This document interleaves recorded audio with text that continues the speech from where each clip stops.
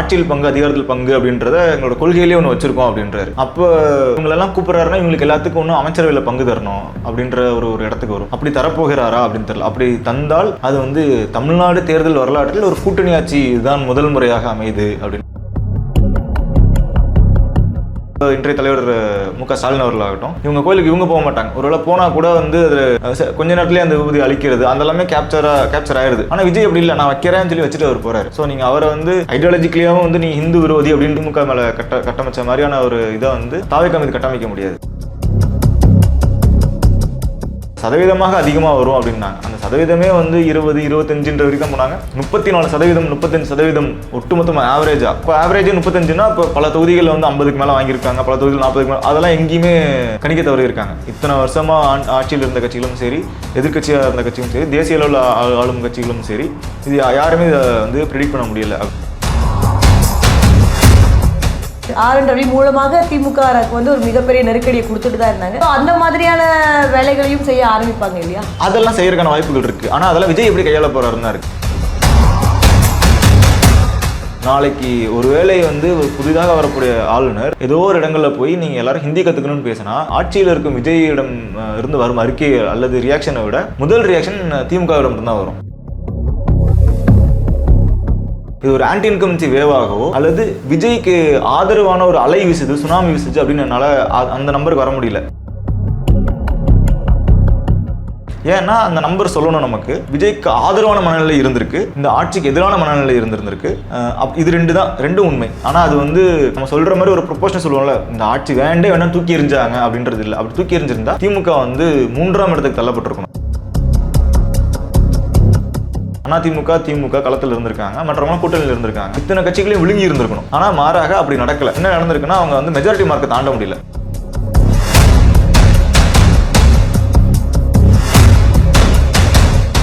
Voice Tamil நேயர்களுக்கு வணக்கம். நாம வழங்க இருக்கிற தகவல்களை உடனடியாக தெரிந்து கொள்வதற்கு வாய்ஸ் தமிழ் சேனலை சப்ஸ்கிரைப் பண்ணுங்க.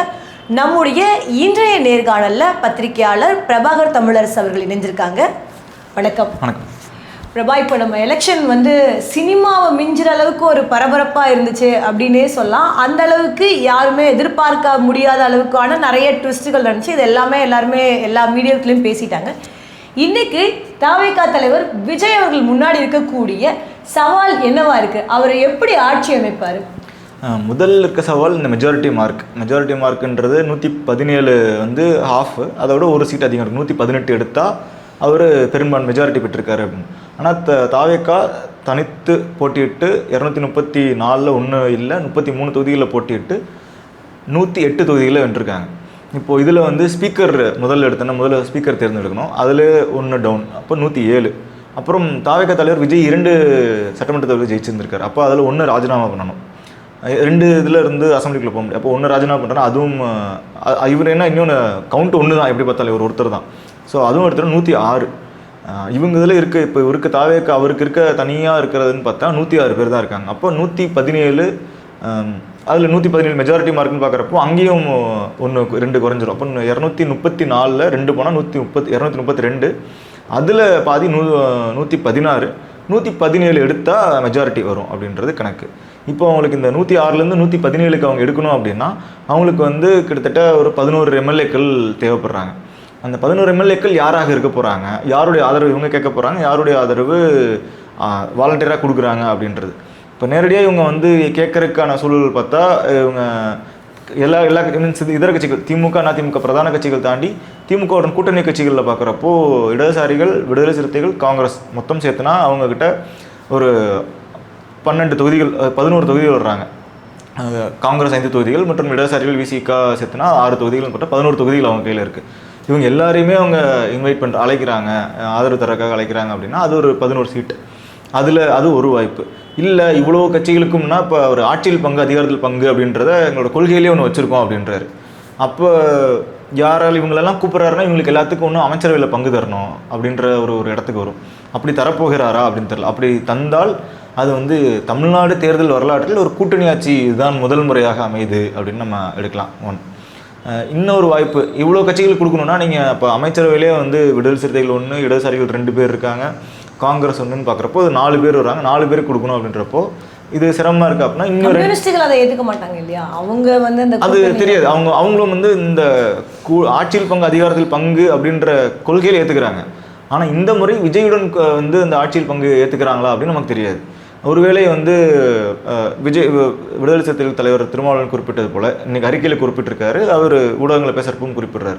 அவர் என்ன சொல்கிறாரு, நாங்கள் வந்து தனிப்பெரும்பான்மை பெறலை, இல்லை யாருமே இங்கே தனிப்பெரும்பான்மை பெறலை, ஆனால் இருக்கிறதுலே அதிக வாக்குகள் வாங்கின தாவேக்காவும் இன்னும் எங்கள் என்னன்னா நாங்கள் பண்ண பிரச்சாரம் என்று இருக்கிறது, நாங்கள் வெல்லலை அப்படின்றார். அப்போ எங்கள் பிரச்சாரம் என்ன அப்படின்னா, மதவாத சக்தி சனாதன சக்திகள் மதவாத சக்திகளுக்கு வாக்களிக்காதீங்க, அதாவது வலதுசாரி சக்திகளுக்கு வாக்களிக்காதீங்கன்னு சொன்னோம். தாவேக்காவுக்கு தான் வாக்களிச்சிருக்கோம். நாங்கள் அந்த வாக்குகள் வந்து எங்ககிட்ட இருந்து அங்கே அவருக்கு போயிருக்கு, அந்த வகையில் நாங்கள் வெற்றி பெற்றிருக்கோம் அப்படின்னு தான் சொல்கிறார். இன்னொன்று, நாங்கள் விஜயை வந்து எங்கேயுமே வந்து விமர்சித்து பேசலை எங்கள் பிரச்சாரத்தில், நாங்கள் அவருக்கு எதிராக எந்த பிரச்சாரமும் செய்யவில்லை அப்படின்றார். அப்போது ஒரு சேனல் ஓப்பனாக தான் இருக்குது அப்படின்னு நம்மளால் புரிஞ்சுக்க முடியுது. இடதுசாரிகளிடம் கேட்கும் பொழுது அவங்களும் வந்து எங்களுக்கு இன்னும் அழைப்பு வரல, வந்தால் பார்த்துக்கலாம் அப்படின்னு சொல்கிறாங்க. அழைச்சாலும் போக மாட்டோம் அப்படின்றது ஸ்டாண்டாக இருக்கும், இல்லை அழைச்சா போகன்றது ஸ்டாண்டு, இது ரெண்டு தான் ஸ்டாண்டாக இருக்கும். அழைச்சா பார்த்துக்கலாம் அப்படின்றது ஸ்டாண்டு கிடையாது. அப்போ வாய்ப்பு வந்ததுக்கு பிறகு ஆலோசித்து போகிறதுக்கான வாய்ப்பு இருக்குது அப்படின்றதான் நம்ம புரிஞ்சுக்க முடியுது. இன்னொன்று, நீங்கள் சொன்ன மாதிரி இடதுசாரிகள் வந்து வெளியிருந்து ஆதரவு தரலாம். உதாரணத்துக்கு 2006 ஒரு மைனாரிட்டி கவர்மெண்ட் தான் இருந்தது. ஈவன் இப்போது காங்கிரஸ் ஆகட்டும், இவங்களாம் ஆட்சியில் பங்கு தர்றோன்னு வாலண்டியராக வந்து தாவேக்கா சொன்னாலும் கூட, இல்லை நாங்கள் வெளியிருந்து ஆதரவு தர்றோம் அப்படின்ற நிலைப்பாடும் கூட எடுக்கலாம். ஆனால் காங்கிரஸ் அப்படி எடுப்பாங்களான்றது தெரியல. ஒருவேளை விடுதலை சிறுத்தைகளும் இடதுசாரிகளும் கூட அந்த நிலைப்பாடு எடுக்கலாம். நாங்கள் 2 பேர் இருக்கோம், நாங்கள் வந்து இப்போ வந்தோன்னா சந்தர்ப்பவாதமாகிவிடும், அதனால் நாங்கள் வந்து வெளியிருந்து ஆதரவு தரோம் அப்படின்ற ஒரு நிலைப்பாடு எடுக்கலாம். இதுதான் இப்போதைக்கு தாவேக்கா முன்னு இருக்கும் வாய்ப்புகள். காங்கிரஸ் தொடர்ந்து திமுக கூட்டணியில் இருக்காங்க, அவங்களுக்கு டெல்லியிலையும் அவங்களுடைய ஆதரவு தேவைப்படும் பட்சத்தில் அவ்வளோ சீக்கிரமாக வந்து இங்கே போய் கூட்டணி ஆட்சி அப்படின்றதுல போய் அவங்க போகிறதுக்கான வாய்ப்பு எப்படி இருக்குது? இல்லை நீங்கள் சொல்கிற மாதிரி வெளியில இருந்த ஆதரவு அந்த மாதிரி ஒரு ஸ்டாண்ட் அதுதான் வந்து இப்போதைக்கு இருக்க சிக்கலான நிலை. ஏன்னா அவங்களுக்கு அடுத்த நாடாளுமன்ற தேர்தலுக்கு இன்னும் 2-3 வருடங்கள் 2029 தான் வரப்போகுது. இன்னும் 3 ஆண்டுகள் அவங்களுக்கு நாடாளுமன்றத்தில் இந்த பலம் தேவை, நம்பர் 1. 2வது, இப்போவே அவங்க இன்னொன்று தாவேக்கோடன் அலையன்ஸ் கூட்டணி வைக்கிறதுல காங்கிரஸுக்கு இந்த சிக்கலும் இருக்கக்கூடாது. இன் டேர்ம்ஸ் ஆஃப் ஐடியாலஜி அப்படின்னு பார்க்குறப்போ, அல்லது தேசிய அளவில் ஒரு கூட்டணி அமைக்கிறோம் அப்படின்னு பார்க்குறப்போ, திமுகவுக்கு என்னென்ன காரியங்கள்லாம் சொன்னாங்களோ அதெல்லாம் தாவேக்காவுக்கும் பொருந்தும். தாவேக்கோடனும் எந்த பாஜக இல்லை, பாஜக அல்லாத கூட்டணி, பாஜகவுக்கு நேர் எதிர் அப்படின்றதான் காங்கிரஸ் சொல்கிறது. தாவேக்கா தலைவர் விஜய் அவர்களும் அதான் சொல்கிறாரு, நான் வந்து ஐடியாலஜிக்கல் எனிமி வந்து பிஜேபின்னு சொல்கிறாரு. ஸோ அது கிளியர் ஆயிடுது. இன்னொன்று, அவங்க கூட்டணி வச்சிருக்க கட்சிகள் எல்லாமே வந்து எதிர்கட்சிகள் ஆளும் மாநிலத்தில் இருக்க கட்சிகளோட தான் கூட்டணி. உதாரணத்துக்கு டிஎம்சி ஆகட்டும் அல்லது வந்து இடதுசாரிகள் ஆகட்டும் அப்படி தான் கூட்டணி வச்சிருக்காரு. இங்கேயும் திமுக இருக்க வரைக்கும் அதான் வந்து எதிர்கட்சி ஆளும் மாநிலம். ஒருவேளை இப்போ விஜயோட வர்றாங்க அப்படின்னா விஜய் சேர்த்துக்கிறதுல அவங்களுக்கு அந்த தடையும் இருக்க போகிறதில்ல. 3. 4வது, அந்த இந்தியா கூட்டணியில் அங்கே திமுக அங்கம் வகிக்குமா இல்லையா?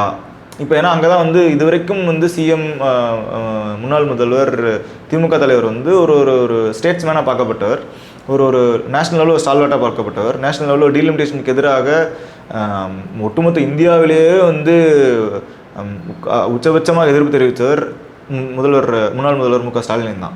இப்போ அவர் அங்கே இல்லை அப்படின்றப்போ அது என்ன பர்செப்ஷன் அங்கே கிரியேட் பண்ணும் அப்படின்றதான். ஏன்னா அவர் ஒருவேளை தோல்வி சந்திச்சிருந்தாலும், கட்சி தோல்வி சந்திச்சிருந்தாலும், எதிர்கட்சி அந்தஸ்தில் இருந்தாலும், எதிர்கட்சி தலைவராக கூட அவர் இல்லை அப்படின்னா கூட ஆஸ் அன் இண்டிவிஜுவல் லீடராக அவர் அந்த இந்தியா அலையன்ஸில் இஸ் அ டாலஸ்ட் லீடர் அப்படின்னு தான் பார்க்கப்பட்டது தேசிய அளவில். இப்போ அவர் இல்லாத ஒரு இந்தியா கூட்டணி உருவாக்குறதுக்கு தயாராக இருப்பாங்களா அப்படின்னு நமக்கு தெரியல. இன்னொன்று, பரவாயில்ல தேசிய அளவில் நாங்கள் வந்து ஒன்றிணைந்து செயல்படுறோம் அப்படின்ற இடத்துக்கு திமுக நகர முடியுமா? ஏன்னா திமுகவுக்கும் இதில் சிக்கல் இருக்குது. இதில் காங்கிரஸுக்கு இருக்க சிக்கலை விட தேசிய அளவில் திமுகவுக்கு இருக்க சிக்கல் அதிகம். ஏன் இந்த சிக்கல் அதிகம்னு சொல்கிறேன்னா, நீங்கள் இந்தியா கூட்டணியில் இல்லை அப்படி ஒரு பேச்சுக்கு இந்தியா கூட்டணியில் வெளியேறுகிறோம்னு வச்சுக்கோங்க, தேசிய அளவில் திமுக யார் எதிர்த்து அரசியல் பண்ணும்? காங்கிரஸ் எதிர்த்து அரசியல் பண்ணால் அது வந்து பாஜக ஆதரவு அரசியல் நிலைப்பாடாக போயிடும். அப்போ யாரை எதிர்த்து தேசிய அளவில் அரசியல் பண்ணுவாங்க? பாஜக எதிர்ப்பை தான் முழுக்க கட்டியமைச்சிருக்காங்க. 2017 இந்த கூட்டணி அமைச்சதுலேருந்து பாஜக எதிர்ப்பு அரசியலை கட்டியமைச்சிருக்கோம். இப்போ ஒருவேளை இந்தியா கூட்டணியில் இல்லை அப்படின்னா, இல்லை காங்கிரஸ் எதிர்நிலை எடுக்கிறோன்னா அது பிஜேபி ஆதரவு நிலைன்னு ஆயிரும். நம்பர் 1. நம்பர் 2, இப்போ இந்த எம்பிக்கள் ஆதரவு உங்களுக்கு தேவைப்படுது அப்படின்னு தேவைப்படுது, கண்டிப்பாக எதிர்கட்சிகளுக்கு தேவைப்படுது. அதில் எதிர்கட்சி தலைவராக இருக்க ராகுலுக்கும் அது தேவைப்படுது. இப்போ தேசிய அளவில் இப்போ டீலிமிட்டேஷன் பில் மாதிரி ஒரு பில் கொண்டு வர்றாங்க. அப்போ அந்த பில்லில் வந்து எதிர்கட்சியெல்லாம் சேர்ந்தால் தான் முறியடிக்க முடியும். 2/3 மெஜாரிட்டி வேணுன்ற இடத்துல முறியடிக்க முடியும். ஏன்னா அவங்களுக்கு அந்த ப்ரூட் மெஜாரிட்டி இல்லாதனால 2/3 மெஜாரிட்டி வச்சு எதிர்கட்சிகளால் வந்து இப்போ டீலிமிட்டேஷன் பில்லை தோற்கடித்த மாதிரியே தோற்கடிக்க முடியும். அப்போ அதுக்கு வந்து அந்த மாதிரியான இடங்களில் திமுக காங்கிரஸோட நிலைப்பாட்டுக்கு நாங்கள் வந்து ஆதரவு தெரிவிக்கலை அப்படின்ற நிலை எடுத்தால் அது பாஜக ஆதரவு நிலைப்பாடாக தான் வரும். இப்போது திமுக தான் என்ன ஃபிக்ஸ். அவங்க தான் வந்து நீங்கள் கூட்டணியில் இருந்தாலும் இல்லாட்டியும் காங்கிரஸ் எடுக்கிற முடிவு தான் அவங்களும் ஆமோதிக்கிற மாதிரி இருக்கும். காங்கிரஸ் கூட்டணியில் நான் இல்லை அப்படின்றக்காக அதுக்காக பிஜேபி ஆதரவு காங்கிரஸ் கூட்டணியில் இல்லை அப்படின்னா நீங்கள் காங்கிரஸ் கூட்டணியில் இல்லை அவ்வளோதான், எதிர்க்க முடியாது. நீங்கள் ஒரு டீலிமிட்டேஷன் பில்லை வந்து ராகுல் எதிர்த்து பேசி வாக்கெடுப்பு வருதுன்னு வச்சுக்கோங்களேன். அப்போ வந்து ஒன்று அங்கே இருந்து நீங்கள் எதிர்த்து வாக்களிக்கணும். நீங்கள் அப்ஸ்டைன் பண்ணிக்கிட்டீங்கனாலும் அது ஆதரிக்கிறது தானே அர்த்தம். ஏன்னா அப்ஸ்டைன் இந்த சென்ஸ் நீங்கள் புறக்கணிக்கிறீங்க, அந்த கூட்டத்தையே புறக்கணிச்சா கூட அவையில் இருக்கிறவங்களோட தான் அந்த எண்ணிக்கை இருக்கும். அப்போ அவையில் நீங்கள் இல்லை அப்படின்னாலும் நீங்கள் வந்து மறைமுகமாக பாஜக ஆதரவு தெரிவிக்கிறீங்க அப்படின்ற ஒரு நிலைக்கு போயிடும். ஸோ இந்த இதில் வந்து காங்கிரஸை விடவும் திமுகவுக்கு தான் ஒருவேளை இப்போவே வந்து காங்கிரஸ் போகுது, இப்போவே போய் திமுக தாவேக்கவுடன் கூட்டணி வைக்கிறாங்க. அது வந்து அதிகாரத்தில் பங்கு வாங்குறாங்களோ இல்லை பங்கு வாங்காமல் இருக்காங்களோ, இப்போவே போய் கூட்டணி வச்சா கூட அதுக்கு பாதிப்புன்னு சொல்ல முடியாது. அந்த சிக்கல்கள் அது எப்படி கையாள போகிறாங்கன்ற நெருக்கடி வந்து திமுகவுக்கு தான் காங்கிரஸை விடவும் அதிகம். இப்போ நீங்கள் இந்த விஷயங்கள் தெளிவுபடுத்துங்க. ஆனால் நீங்கள் நம்ம காலையிலேருந்து பார்க்கும்பொழுது கிங் மேக்கர் ஆகிறாரா இபிஎஸ் அப்படின்ற ஒரு ஸ்ட்ராட்டஜியும் இருக்குது. அங்கேருந்து வந்து ஆதரவு கொடுப்பாங்களா அப்படின்ற ஒரு நிலைப்பாடு இருக்குது. உண்மையிலே வந்து தாவேக்காவோட நிலைப்பாடு என்னவாக இருக்குது? தாவேக்காவோட நிலைப்பாடு இப்போது வரை அவங்க வந்து ரொம்ப க்ளோஸ் சர்க்கிளில் மட்டும்தான் வந்து ஆதரவு பேசுகிறதோ இல்லை என்ன பண்ணலாம் அப்படின்றத டிஸ்கஸ் பண்ணிக்கிட்டு இருக்காங்க. இன்னும் வெளிப்படையாக இவ்வளோ தூரம் வந்து டெஸ்பரேட்டாக அவங்க போகலை. ஏன்னா டெஸ்பரேட்டாக போனால் ரெண்டு விஷயம் பாசிபிலிட்டிஸ் தான். ஒன்று, நம்ம ஃப்ளோரில் போகிறாங்க, நம்பிக்கை வாக்கெடுப்பு கேட்குறாங்க. இந்த நம்பிக்கை வாக்கெடுப்பில் வந்து முதல் தேர்தலில் வந்து தோக்கடிக்கிறாங்கன்னு வச்சுக்கோங்க. ஒரு உதாரணத்துக்கு அப்படி நடக்கிறதுக்கான வாய்ப்புகள் ரொம்ப குறைவு. ஒரு பாசிபிலிட்டி தான் சொல்கிறேன். ஒருவேளை திமுகவும் அதிமுகவும் சேர்ந்து விஜய் வந்து ஃப்ளோர் டெஸ்ட்டில் தோக்கடிக்கிறாங்க அப்படின்னா மறுதேர்தலுக்கு போகணும். அதுக்கு ஒரு குறைஞ்சபட்சம் ஒரு கால அவகாசம் இருக்கும். ஒரு 6 மாத காலம் வந்து ஜனாதிபதி ஆட்சி நடக்கும். அதுக்கப்புறம் தேர்தல் அறிவிப்பு வரும், தேர்தல் நடக்கும். அந்த தேர்தல் ரிசல்ட் என்னவாக இருக்கும்னு நினைக்கிறீங்க? அந்த ரிசல்ட் வந்து ஸ்வீப்பாக இருக்கும். நீங்கள் வந்து ஆட்சியில் இல்லாதப்பவும் வந்து அவர் ஒடுக்குனீங்க, அவர் இவ்வளோ வந்து மெஜாரிட்டி நம்பர் உங்களை தான் அதிக நம்பர் வாங்கி சட்டமன்றத்துக்கு வந்துட்டார். ஆனால் முதல்வர் பதவியேற்று தான் அவர் வந்து ஃப்ளோர் டெஸ்ட் பண்ண போகிறாரு. அவர் பதவியும் ஏற்றுட்டார். அதுக்கப்புறமும் நீங்கள் வந்து அவர் முதல்வர் உங்களுக்கு பொறுக்கலை அப்படின்னா அப்போ அவர் தான் சரியான நபர். அதுவும் நீங்கள் எல்லோரும் சேர்ந்து அவர் எதுக்குறீங்க. நாங்கள் சொன்னது வந்து திமுகவும் அதிமுகவும் சேர்ந்து இது எதுக்குது, நாங்கள் இதை தாவேக்க முன்னாடி இருந்து இதான் சொல்லிட்டு இருந்தோம். ஒரு கட்டத்தில் இவங்க 2 பேர் சேர்ந்து எங்களை எதிர்ப்பாங்க சொல்லிட்டு இருந்தோம். அப்படி நீங்கள் சேர்ந்து எதுக்குறீங்க அப்படின்னா அப்போ அவர் தான் வந்து எங்களுக்கு வேணுன்றப்போ அந்த எலெக்ஷன் வந்து ஸ்வீப் ஆகும். அதனால் அந்த தவறை திமுகவும் தாவேக்காவும் அதிமுகவும் செய்ய மாட்டார்கள்ன்றது என்னோட கணிப்பு. இல்லை, இப்போ நம்ம எப்படி பார்க்குறோன்னா இந்த எலெக்ஷன் நான் இந்த ரிசல்ட்ஸ் இப்படி பார்க்கும்பொழுது அதிமுகவினுடைய ஆதரவு போகக்கூடிய வாய்ப்பு இருக்கா? இதுக்கு பிஜேபி ஏதாவது அழுத்தம் தருமா? ஏன்னா பிஜேபியினுடைய வேலையே வந்து நம்ம எல்லா மாநிலங்களையும் பார்த்துட்டே இருந்திருக்கோம். இங்கே இன்னும் பெருசாக அவங்களுக்கான தொகுதியோ அவங்களுக்கான ஸ்டாக் இல்லை அப்படின்னு பார்க்கும்பொழுது அவங்க இந்த இடத்துல என்ன மாதிரியான ஒரு ப்ளே பண்ணுறதுக்கான வாய்ப்பு இருக்குது? ஏன்னா இந்த கரூர் வழக்கு எல்லாமே வந்து சிபிஐயில் இருக்குது. இந்த மாதிரியான சமயத்தில் இவங்க என்ன மாதிரியான ரோல் ப்ளே பண்ணுவாங்க? பாஜக இந்த இப்போ அமைந்திருக்க சட்டமன்ற தேர்தலில் இதுதான் வந்து இந்த சட்டமன்ற தேர்தலில் தான் வந்து பாஜகவுக்கு சுத்தமாக ஸ்டேக்கே இல்லை. நீங்கள் வந்து நேரடியாக விஜயை தான் நீங்கள் வந்து நெருக்கடிக்கு உள்ளாக்கணும். நேரடியாக திரும்ப விஜய் நெருக்கடிக்கு உள்ளாக்குனீங்கன்னா அது திரும்பவும் அவருக்கு ஃபேவராக தான் போகும். நீங்கள் திமுகவை நெருக்கடிக்கு உள்ளாக்குற வரைக்கும் அங்கே வந்து ஒரு எதிர்ப்பு இருந்தது, திமுக எதிர்ப்பு இருக்குது. அங்கே வந்து அவர் மீது வந்து திமுக மீது வந்து அவங்க வந்து ஒன்றே குலம் ஒருவனே தேவன்னு சொன்னால் கூட அது ஒரு ஏத்திஸ்ட் பார்ட்டி, அதாவது கடவுள் நம்பிக்கை இல்லாத ஒரு கட்சி அப்படின்றது இருக்குது. ஆனால் அப்படி அவங்க கொள்கையில் அப்படி இல்லாட்டியும் கூட அப்படியான ஒரு பார்வை அவங்க மேலே இருக்குது. இன்னொன்று இந்த திராவிடம் ஐடியாலஜி பேசும்போது இந்த மாநில மத்திய அரசு உறவுகளில் சிக்கல் இருக்குது. பாஜகவுக்கும் திமுகவுக்கும் ஒரு நீண்ட காலமாக ஒரு ஐடியாலஜிக்கல் ஃபைட் இருக்குன்னா தெரியும். ஆனால் தாவேக்கா தலைவர் விஜய் வரும்பொழுது அவர் வந்து கேஸ்ட் நியூட்ரலாக, ஒரு ரிலீஜியஸ் நியூட்ரலாக வர்றார். அவர் பேர் ஜோசப் விஜய்னு இருந்தால் கூட திருச்செந்தூர் கோயிலுக்கு போக முடியாது, நான் ஹிந்து தானே எழுதி கொடுத்துட்டு அவர் கோயிலுக்குள்ளே போயிட்டு வர்றாரு. ஷீரடி சாய்பாபா கோயிலுக்கு போயிட்டு வர்றாரு. இங்கே ட்ரிச்சி சர்ச்சில் வந்து அங்கே ப்ரேயருக்கு போயிட்டு வர்றாரு. அப்படி இருக்கப்போ அவர் வந்து ஒரு ரிலீஜியஸ் நியூட்ரலாக, ஒரு கேஸ்ட் நியூட்ரலாக, இன்றைக்கு காலையில் வரும்பொழுது கூட நெத்தியில் வந்து உபதி வச்சுட்டு வர்றது. ஸோ அப்படி தன்னை அடையாளப்படுத்தினவரை நீங்கள் வந்து பாஜக வந்து அப்படி திமுகவை குறிவைத்தது போல் தாவேக்காவை தலைவர் விஜயை குறிவைக்க முடியாது. அவர் பேரளவில் வந்து ஜோசப் விஜய்னு சிறுபான்மையர் ஒரு அடையாளம் இருந்தால் கூட அவரோட ஆக்டிவிட்டீஸில் பார்க்குறப்பெல்லாம் வந்து அப்படியான எந்த தன்மையும் வெளிப்படாமல் இருக்கிறனால நீங்கள் அவரை திமுகவை குறிவிச்சது போல் அவர் குறிவிச்சிட முடியாது. திமுக வந்து நாளைக்கு கோயிலுக்கு போக மாட்டாங்க. திமுகனா திமுக இருக்கவங்களாம் போவாங்க. திமுக தலைமை வந்து கலைஞர் அவர்களாகட்டும் அல்லது இப்போ இன்றைய தலைவர் மு க ஸ்டாலின் அவர்களாகட்டும், இவங்க கோயிலுக்கு இவங்க போக மாட்டாங்க. ஒருவேளை போனால் கூட வந்து அதில் கொஞ்ச நேரத்துலேயே அந்த விபூதி அழிக்கிறது அதெல்லாமே கேப்சர் ஆயிடுது ஃபோட்டோலையோ வீடியோலையோ. ஆனால் விஜய் அப்படி இல்லை, நான் வைக்கிறேன்னு சொல்லி வச்சுட்டு அவர் போகிறாரு. ஸோ நீங்கள் அவரை வந்து ஐடியாலஜிக்கலியாகவும் வந்து நீ ஹிந்து விரோதி அப்படின்ற ஒரு பட்டமும் கட்ட முடியாது. திமுக மேலே கட்டமைச்ச மாதிரியான ஒரு இதை வந்து தாவேக்கா மீது கட்டமைக்க முடியாது. இன்னொன்று நேரடியாக அவரை வந்து இன்னொன்று முதல்வர் ஆனதுக்கு பிறகு நீங்கள் சிபிஐ மூலமாக அவரை வந்து மற்ற மாநிலங்களில் டெல்லியில் நடந்தது போலவோ அல்லது வந்து தெலுங்கானாவில் நடந்தது போலவோ நீங்கள் வந்து சிபிஐ வச்சு கைது பண்ணுறீங்க அல்லது சிபிஐ வச்சு நெருக்கடி கொடுக்குறீங்க அப்படின்னா அது இன்னும் அவருக்கு ஆதரவாக தான் போகும் அப்படின்றது தான் நான் பார்க்குறேன். ஏன்னா நீங்கள் இவ்வளோ நாள் இருந்த ஆதரவே பார்க்க முடியல. ஆளுங்கட்சியாக இருந்தாலும் சரி எதிர்கட்சியாக இருந்த கட்சிகளும் சரி இந்த எண்ணிக்கையிலான நம்பர் வருவாங்க, அவங்க சதவீதமாக அதிகமாக வரும் அப்படின்னாங்க. அந்த சதவீதமே வந்து 20-25 வரைக்கும் தான் போனாங்க. 34%, 35% ஒட்டுமொத்தமாக ஆவரேஜாக அப்போ ஆவரேஜே 35னா இப்போ பல தொகுதிகளில் வந்து 50க்கு மேலே வாங்கியிருக்காங்க, பல தொகுதிகள் 40க்கு மேலே, அதெல்லாம் எங்கேயுமே கணிக்க தவறி இருக்காங்க. இத்தனை வருஷமாக ஆட்சியில் இருந்த கட்சிகளும் சரி எதிர்கட்சியாக இருந்த கட்சியும் சரி தேசிய அளவில் ஆளும் கட்சிகளும் சரி இது யாருமே இதை வந்து ப்ரிடிக்ட் பண்ண முடியல. அப்படின்றப்போ அட்லீஸ்ட் இப்போ வந்து ஒரு ரியாலிட்டி செக் கிடச்சிருந்துருக்கும். இல்லை அங்கே ஒரு அண்டர் கரண்ட் இருந்திருக்கு, அதை வந்து எல்லாரும் கண்களுக்கும் புலப்படாமல் இருந்திருக்கு, அல்லது புலப்பட்டு இருந்திருக்கு, நம்ம இக்னோரண்ட்டாக இருந்திருந்திருக்கோம் அப்படின்னு எல்லாமே அவங்களுக்கு ஒரு ரியலைசேஷன் நடந்திருக்கும்.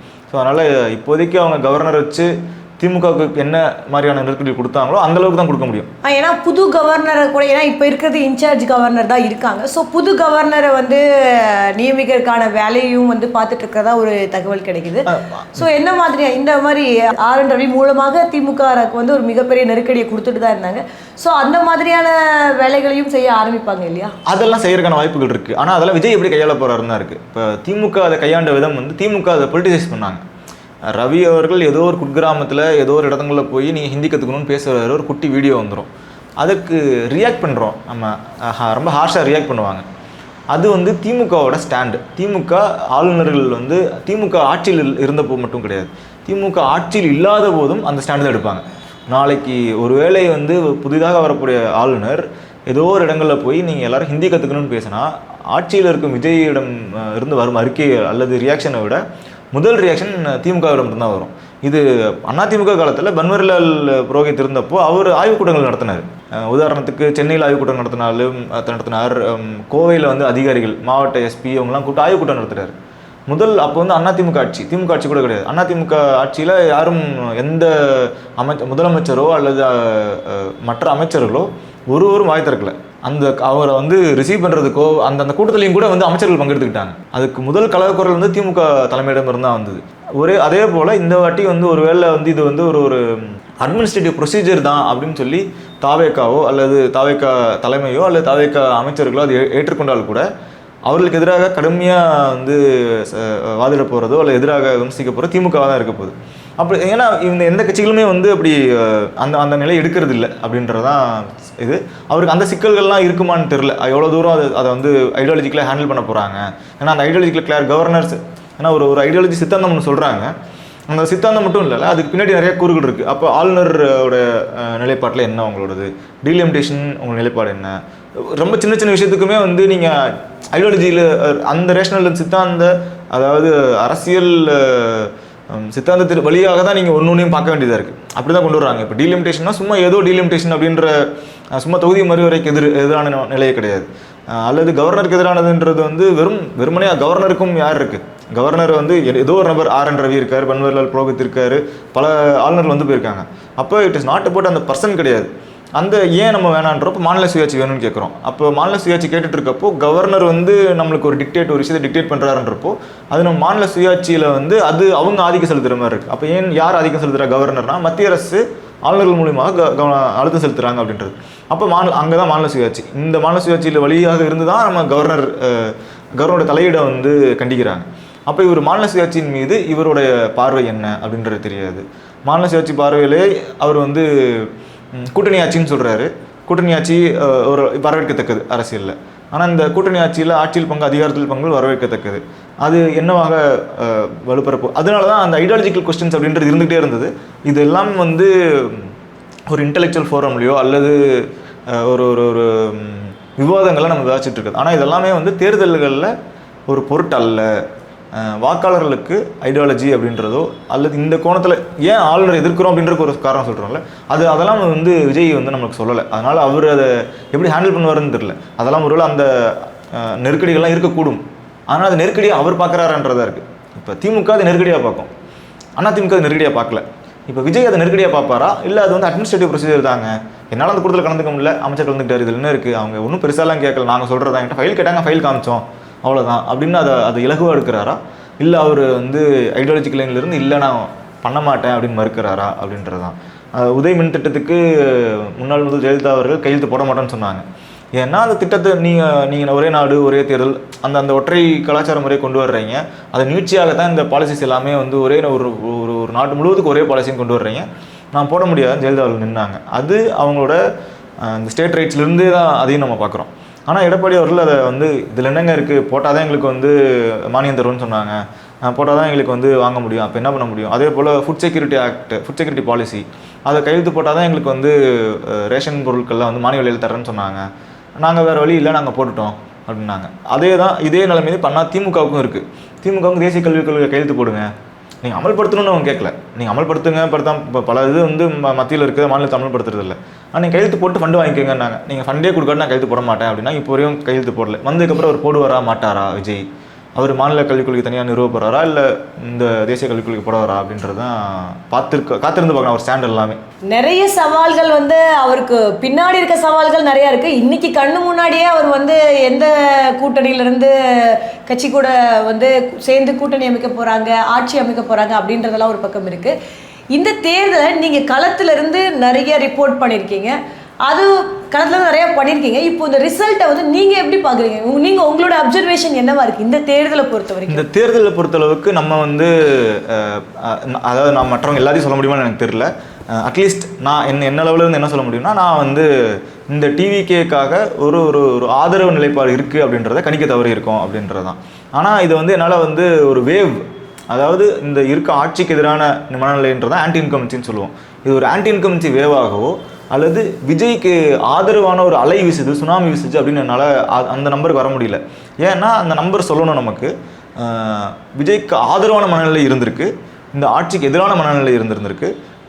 இது ரெண்டும் உண்மை. ஆனால் அது வந்து நம்ம சொல்கிற மாதிரி ஒரு ப்ரொபோஷனல் சொல்லுவோம்ல, இந்த ஆட்சி வேண்டாம் தூக்கி எறிஞ்சாங்க அப்படின்றது இல்லை. அப்படி தூக்கி எறிஞ்சிருந்தா திமுக வந்து 3ஆம் இடத்துக்கு தள்ளப்பட்டிருக்கணும். 2011 நம்ம என்ன நடந்ததுன்னு பார்த்தோம். 2011 எதிர்க்கட்சி அந்தஸ்தை கூட இழந்து திமுக இருந்தது. 91 ராஜீவ்காந்தி படுகொலைக்கு பிறகு நடந்த தேர்தலில் என்ன நடந்ததுன்னு நம்ம பார்த்துருக்கோம். 2 தொகுதிகள் தான் வந்து திமுக ஜெயிச்சிருந்தாங்க. அப்போ அதுதான் அலை, அதுதான் வந்து எதிர்ப்பு அலை இருந்ததுன்னு சொல்ல முடியும். இது எதிர்ப்பு அலைன்னு நம்மளால் சொல்ல முடியல.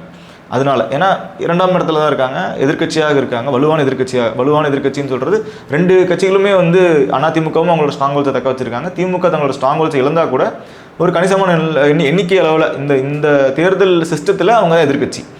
அப்போ விஜயோட வேவ் இருந்திருக்கு, அடித்து சாப்பிட்டு வந்துட்டாருன்னு பார்த்தாலும் அதுவும் இல்லை. ஏன்னா விஜய் அப்போ வந்து யாரோ ஒருத்தர் ஏதாவது விழுங்கி இருந்திருக்கணும். இந்த 2 திராவிட கட்சிகள் இருந்திருக்கு, அதிமுக திமுக களத்தில் இருந்திருக்காங்க, மற்றவங்க கூட்டணியில் இருந்திருக்காங்க, இத்தனை கட்சிகளையும் விழுங்கி இருந்திருக்கணும். ஆனால் மாறாக அப்படி நடக்கலை.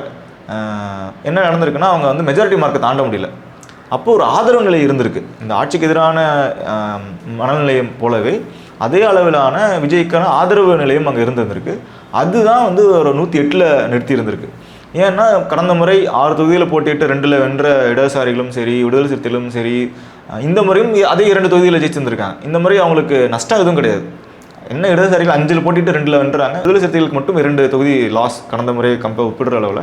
பட் இடதுசாரிகளுக்கு அதுவும் கிடையாது, 5 போட்டிட்டு 2 எடுத்திருக்காங்க. காங்கிரஸ் பெரிய அளவிலான ஒரு பின்னாடி 13 சீட்டு வந்து பின்னடைவில் இருக்குது.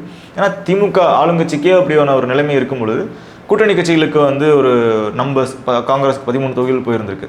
ஆனாலுமே வந்து இந்த எந்த 2 திராவிட கட்சிகளுமே, அதாவது நம்ம கூட்டணி கட்சிகளை தவிர்த்துட்டு திராவிட கட்சிகள் வந்து இவங்க அலை அப்படின்னு சொன்னால் 91 தான் வந்தது அலை. அதுக்கப்புறம் இந்த எண்ணிக்கையில் 2 கட்சிகளும் வாங்கியிருக்காங்க. ஏதோ ஒரு கட்சியாவது சுத்தமாக போயிட்டாங்க அப்படின்னா கூட அந்த அலையில் வந்து திமுக காணாமல் போயிடுச்சு, இல்லை அதிமுக காணாமல் போயிடுச்சு அப்படின்னு சொல்லலாம். அந்த எதிர்ப்புமே நான் வந்து சொன்னதுக்கு 3ஆம் இடம் போயிருந்தால் எதிர்ப்புன்னு சொல்லலாம். ஏன்னா எதிர்ப்பு திமுக மீதான எதிர்ப்பு அலை வீசுது அப்படின்னா அது தாவேக்காவுக்கு போயிருக்கணும், அதிமுகவுக்கு போயிருக்கணும். அவங்க 2 பேர் தான் இருந்திருக்கணும் ஆப்போசிஷன். ஆமாம், எதிர்கட்சியாக அதிமுகவும் ஆளுங்கட்சியாக தாவேக்காவும் இருந்திருக்கணும். ஆனால் அப்படி இல்லையே, எதிர்கட்சியாக திமுக வந்திருக்காங்க. அதே போல் இன்னொன்று இவருக்கு ஸ்வீப்னாலும் அந்த நம்பர் இது ரெண்டுமே இல்லை அப்படின்றது தான் ஒன்று. ரெண்டாவது இந்த 108 நம்பரை வந்து எனக்கு தெரிஞ்ச அந்த ஆக்சஸ் போல் மட்டும்தான் வந்து சொல்லியிருந்தாங்க. ஆனால் அதை நம்மளாம் அந்த ஆக்சஸ் போலையுமே நம்மளால் ஏற்க முடியல. ஒன்று அவங்க மேலே இருக்க கிரெடிபிலிட்டி கொஸ்டின், அது வந்து நம்ம கணிக்க தவிர்க்கணும். அந்த நிறுவனத்து மேலே இருக்க கிரெடிபிலிட்டி கொஸ்டின்னாலே நம்மளால் வந்து அதை ஏற்றுக்க முடியல ஒன்று. ரெண்டாவது நம்ம களத்தில் பார்க்குறோம், ஆனால் அது ஒரு விஷயம் நம்ம சொல்லுவோம்ல, எவ்வளோ வந்து நீங்கள் எவ்வளோ வந்து பயிரிடுறோமோ அவ்வளோதான் நம்ம அறுவடை பண்ண முடியும். அதுதான் நம்ம எல்லோரும் ஒரு ட்ரெடிஷ்னலாக கன்வென்ஷனலாக நம்ம வந்து பயிரிடுற அளவுக்கு தான் அறுவடை பண்ண முடியுன்றது தான் வந்து அறிவியல். நீங்கள் வந்து 1 ஏக்கரில் பயிரிட்டுட்டு நான் 10 ஏக்கரில் அறுவடை பண்ணுவேன் அப்படின்னா அது அறிவியல் கிடையாது. அந்த மாதிரி அந்த அரித்மெட்டிக், அந்த கன்வென்ஷனல் அரித்மெட்டிக் அல்ல கன்வென்ஷனல் நம்பர் அப்படி தான் நம்ம இந்த விஜயோட கூட்டத்தையும் அவருடைய பிரச்சாரத்தையும் அணுகணும். பார்ட்டி ஸ்ட்ரக்சரு, தலைவர்கள் எல்லாத்தையும் அப்படி தான் அணுகணும். அப்போது அவர் போட்ட உழைப்பை விட இந்த வெற்றி வந்து அதை விட அதிகமாக இருக்குது அப்படின்றத நம்ம கணிக்க தவறியிருக்கோம். ஏன்னா நம்மளுக்கு அப்படி ஸ்கூல் ஆஃப் தாட்டே அப்படி கிடையாது. நீ படித்தா தான் மேலே வர முடியும் அப்படின்னு சொல்லி கொடுத்துருக்காங்க. படிக்காமல் பாஸ் ஆகலான்னு யாரும் நம்ம சொல்லிக் கொடுக்கல. நீ உழைச்சாதான் முன்னேற முடியும். அதுதான் இதெல்லாம் கன்வென்ஷனல் மெத்தட்ஸ். நம்ம கன்வென்ஷனலாக திங்க் பண்ணுறதுக்கு தான் நம்ம சொல்லி கொடுத்துருக்காங்க. நமக்கு ஓட தெரியாமல் நம்ம ஓட்டப்பந்தயத்தில் ஜெயிச்சிட முடியுன்ற மாதிரி நமக்கு தெரியல. ஒருவேளை அப்படிலாம் நம்ம மிராக்கள்லாம் பார்த்துருந்தோம், அதெல்லாம் பார்த்துருந்தோம்னா மேபி இதை நம்பி இருந்திருக்கலாம். அப்படியாக இந்த தேர்தல் அமைஞ்சிருக்கு. ஏன்னா உழைப்பு போட்டால் ஜெயிச்சிருவாங்க அப்படின்றது தான். மக்கள் ஆதரவை வென்றெடுக்கணும், அதுக்கு வந்து பேசணும். ஆனால் அதெல்லாம் இல்லை, அதெல்லாம் தேவையில்லை. நீங்கள் பேசி தான் வாக்கு வாங்கணும் அப்படின்றது அவசியம் இல்லை. நீங்கள் மக்களை வென்றெடுக்கிறதுக்கு இவ்வளோ ப்ராமிசஸ் சொல்லணும்னு அவசியம் இல்லை. அதுக்கு பின்னாடி இருக்க தர்க்கங்களை சொல்லணும். இப்போ ஒரு உதாரணத்துக்கு இலவசங்களை எல்லாரும் பல கட்சிகள் விமர்சிக்கிறாங்க. ஆனால் அந்த இலவசங்களை வந்து அறிவிச்சிட்டும் கூட, அது வாக்குறுதியில் அறிவிச்சா கூட, அந்த இலவசங்களை ஏன் வந்து வாக்குறுதி அறிவிச்சோம் தெரியுமா அப்படின்னு சொல்லி திராவிட கட்சிகள் ஒரு முறையும் இலவசங்களை அறிவிச்சிட்டு அதுக்கான காரண காரியங்களை விளக்கிக்கிட்டே இருக்காங்க. இந்த வாட்டி அவர் அறிவிச்சிருக்காரு. அது எதுக்குமே எந்த காரண காரியமும் சொல்லப்படாமலும் கூட அவர்களுக்கு ஆதரவு தெரிவிச்சிருக்காங்க அப்படின்றதான். அதனால இது வந்து நம்ம கன்வென்ஷனலாக ட்ரெடிஷ்னலாக பேசிட்டு இருக்க எல்லாத்துக்கும் எதிராக இருந்ததுனால அப்படியே எதிராக தான் இந்த தேர்தல் முடிவில் அமைஞ்சிருந்திருக்கு. அதனால தான் பெரும்பாலானவரால் இதை கணிக்க முடியல. நிச்சயமா கணிக்க முடியாட்டினாலும் வந்து இன்னைக்கு அவர் முதலமைச்சராக பதவியேற்க போறாரு. அவங்களுடைய ஆட்சி எப்படி இருக்கு அப்படின்றதையும் நம்ம பார்க்க தான் போறோம். தொடர்ந்து உங்களுடைய தகவல்களுக்கு மிக்க நன்றி. நன்றி.